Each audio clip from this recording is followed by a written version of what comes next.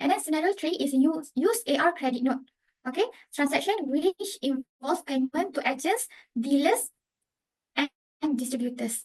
Okay, so typically earns a commission from seller, product owner, or service provider. So you can see this sample, which is buyer shall issue the self-billed e-invoice to applicable transaction for payments to agents, dealer, and distributors for commission. Okay, let's say Alif is a car salesman at Bond Automotive Setembahat. So he sold a model T car for 6,000 ringgit.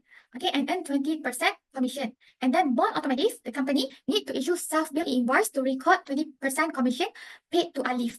Okay, so normally in this situation, the company will issue a credit note, and then the credit note will transfer to self-billed e-invoice.